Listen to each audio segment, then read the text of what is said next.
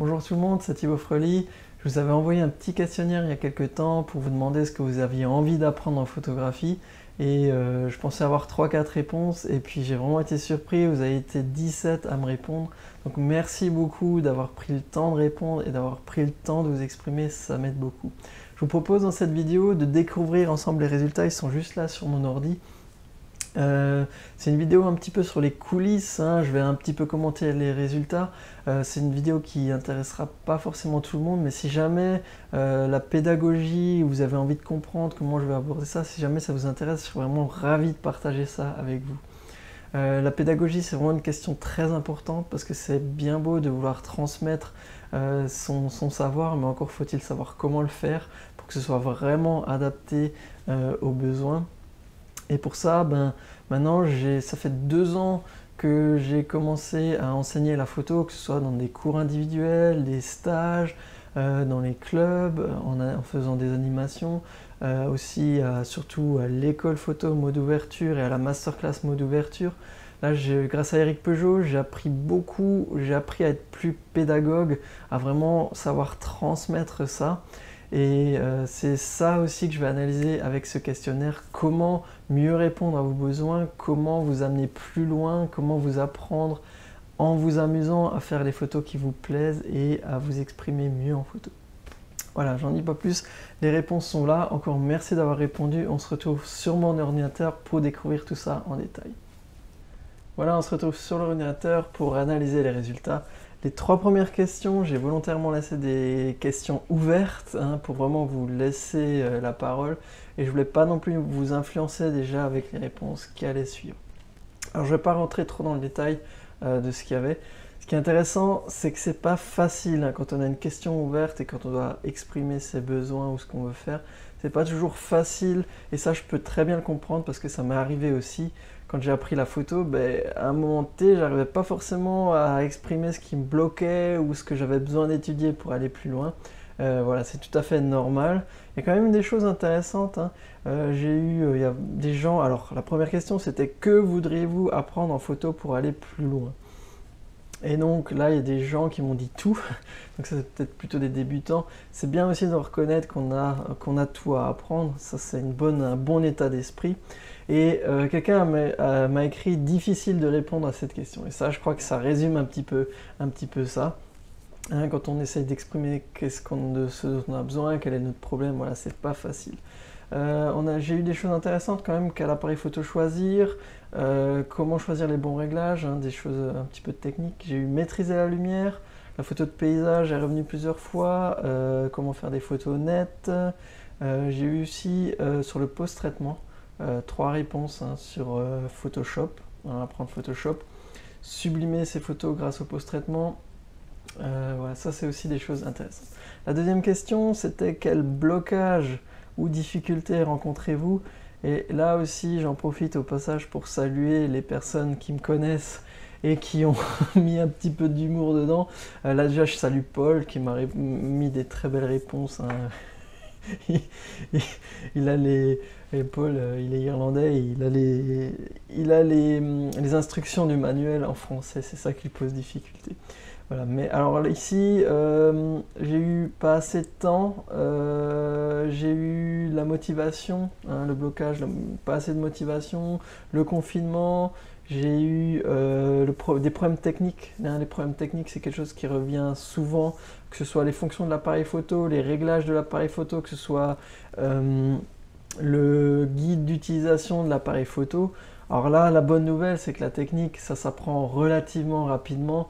Je sais qu'en école photo, quand on a abordé la phase technique, je crois qu'on a pris à peu près 3 ou 4 séances maximum pour voir vraiment la technique dont on a besoin. Moi, je pense que sur un appareil photo, on a besoin à peu près de maîtriser 5 réglages. Avec ces 5 réglages, on peut faire 95% des photos. Donc ça... Voilà, on va y venir, c'est important d'avoir la technique, c'est important que la technique ne vous limite pas. Je connais beaucoup d'excellents photographes ou d'excellents peintres qui sont parfois juste limités par la technique et ça c'est dommage parce qu'ils ont le talent, ils ont les idées et ils sont parfois bloqués par la technique. Voilà, la technique, il faut avaler le morceau, mais une fois qu'on l'a, on n'est plus limité par ça et ça je pense que c'est important. La question suivante, c'était qu'avez-vous essayé qui n'a pas marché?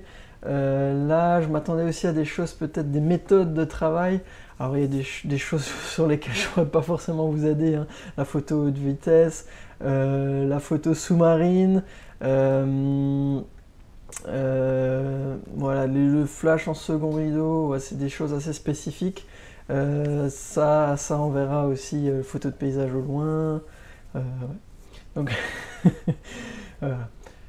C'est pas forcément une question qui a été pertinente en termes de réponse. Voilà, on arrive sur les questions fermées. Et là, la première question, c'est, je vous ai demandé comment vous aimiez apprendre. Et ce qui a été plébiscité par 2/3 d'entre vous, ce sont les stages. Je suis assez d'accord avec cette réponse. Je pense que le stage, c'est un très bon moyen d'apprendre et de progresser.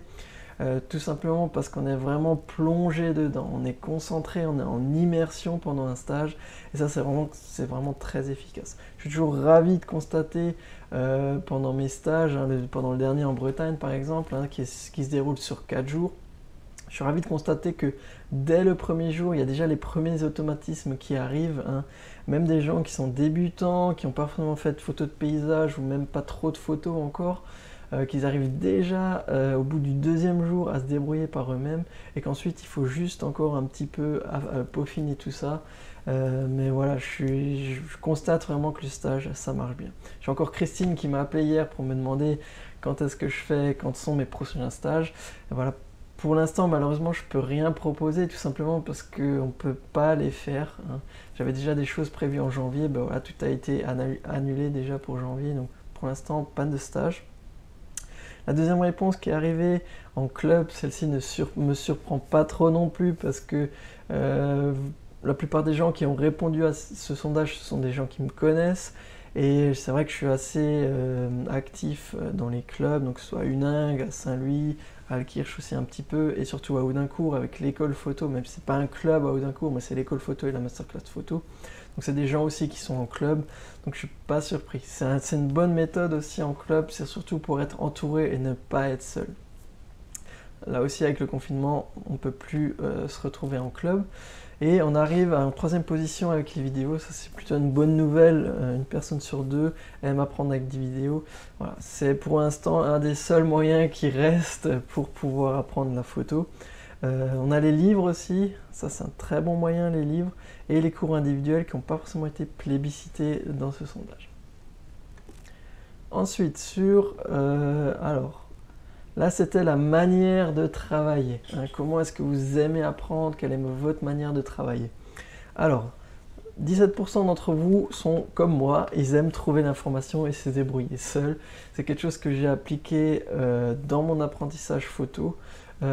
C'est une méthode qui marche.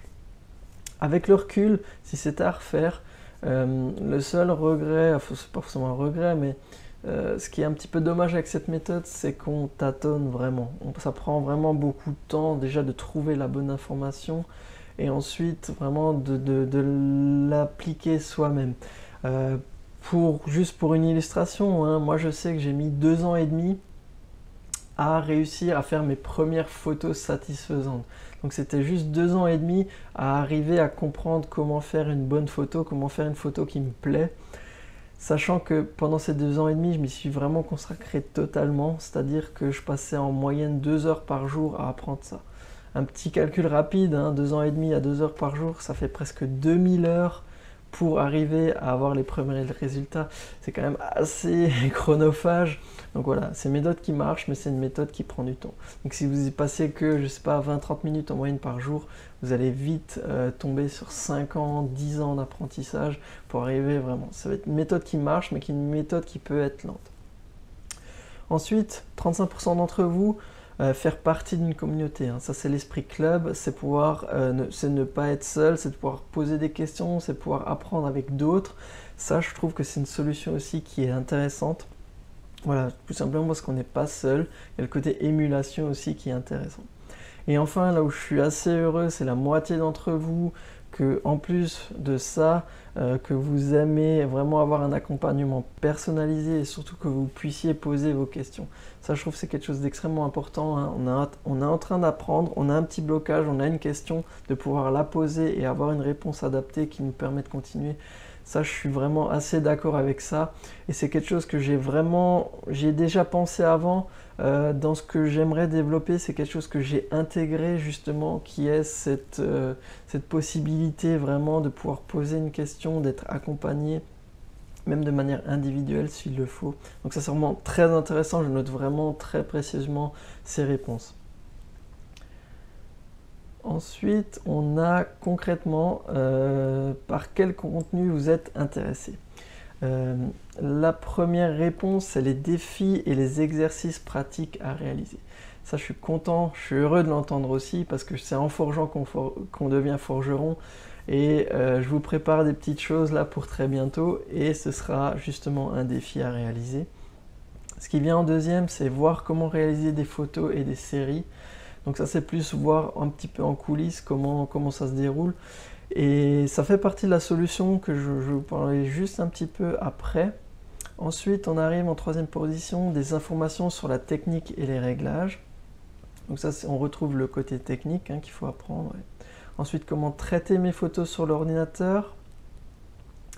Comment faire une série, un livre, imprimer ses photos. La découverte et l'analyse des photos des grands maîtres. Et on a encore l'état d'esprit et la confiance en soi. Ensuite, alors les photos smartphone, ça n'a pas été plébiscité parce que voilà, vous êtes déjà en général averti, vous avez déjà un appareil photo, mais en tout cas je note qu'il y a 2 personnes aussi qui n'ont pas forcément d'appareil photo et qui veulent réussir leurs photos au smartphone. Et aujourd'hui c'est vraiment possible de réussir des photos au smartphone, donc ça c'est quelque chose aussi que je retiens. Et vous êtes aussi moins intéressé par la manière d'organiser vos photos sur l'ordinateur. J'ai aussi des gens qui m'ont rempli la case autre et qui m'ont mis la pause longue, la lumière. Donc ça c'est aussi des belles choses qu'on peut utiliser. Donc ce que je retiens de ça, c'est les défis, la pratique, c'est voir comment d'autres font et comment construire une série. Je reprends juste là et traiter les photos sur l'ordinateur. Donc là, la bonne nouvelle, c'est que dans ce que j'avais un petit peu prévu de faire, mais là maintenant c'est sûr, on va un peu intégrer ça avec un défi à réaliser. Je vais aussi essayer de prendre part à ce défi pour vous montrer comment moi je suis confronté aux problèmes, comment moi j'essaie de les résoudre. Comme ça vous permettra de voir un petit peu comment on peut faire, c'est juste une méthode. Et ensuite, je vous montrerai aussi sur l'ordinateur qu'est-ce que je peux faire pour traiter les photos. Je ferai aussi peut-être des vidéos un petit peu sur l'état d'esprit et la confiance en soi, vous allez voir. C'est aussi quelque chose de très important d'être dans un bon état d'esprit pour apprendre. Ça, j'ai eu longtemps des problèmes au début, j'étais pas dans un bon état d'esprit et ça m'empêchait d'apprendre. On passe à la question suivante. J'aime ou j'aimerais faire des photos de... Alors, plébisciter le paysage, oui! Bon voilà, le paysage c'est ma spécialité, c'est ce que j'aime faire, donc je suis assez content. C'est aussi pour ça, peut-être que vous me connaissez, pour mes photos de paysage. Photos de nuit, très intéressant. C'est quelque chose qu'on va faire, c'est quelque chose que je vais vous proposer, des photos de nuit. Photos macro, intéressant, ça aussi je vais essayer de m'y mettre. D'architecture, très intéressant pour la composition. Photos des étoiles, c'est pas forcément la saison de la Voie lactée, pas juste parce qu'il fait froideur en ce moment, mais parce que c'est pas trop la saison de la Voie lactée. Mais c'est quelque chose qu'on peut quand même aborder. Photos de portrait, et ensuite photos de rue, photos d'animaux, de nature morte. Ah, je suis content que vous me disiez, je sais pas, je vous laisserai choisir. La photo de nature morte, c'est quelque chose qui n'est pas forcément très tendance, pas forcément très à la mode, mais c'est quelque chose qui est extrêmement intéressant, la photo de nature morte. Et enfin, on a la photo de sport, la photo culinaire et la photo en studio. Et ensuite, je vous avais laissé un champ pour vous exprimer. Alors j'ai plein de gens qui m'ont mis des petits messages. J'ai par exemple Valérie qui m'a parlé du stage à Besançon. Donc je remercie les gens qui ont mis des petits messages comme ça. J'ai aussi Christian, merci pour ton message. Et voilà, il y a des petites choses. Il y a quelque chose de très intéressant. Il y a eu les critiques photos. Pas forcément que vous montriez vos meilleures photos, mais aussi que vous montriez vos photos ratées. et peut-être qu'on analyse ensemble pourquoi est-ce qu'elle est ratée, entre guillemets, pour aller plus loin. Donc ça, c'est aussi une petite réponse que je me note très précieusement et je vous remercie de l'avoir donnée. Voilà, c'est tout. On a bien discuté, j'espère que c'était intéressant quand même. Et ben, je vous dis à très bientôt pour les premiers vrais contenus. Je vous dis à bientôt, salut.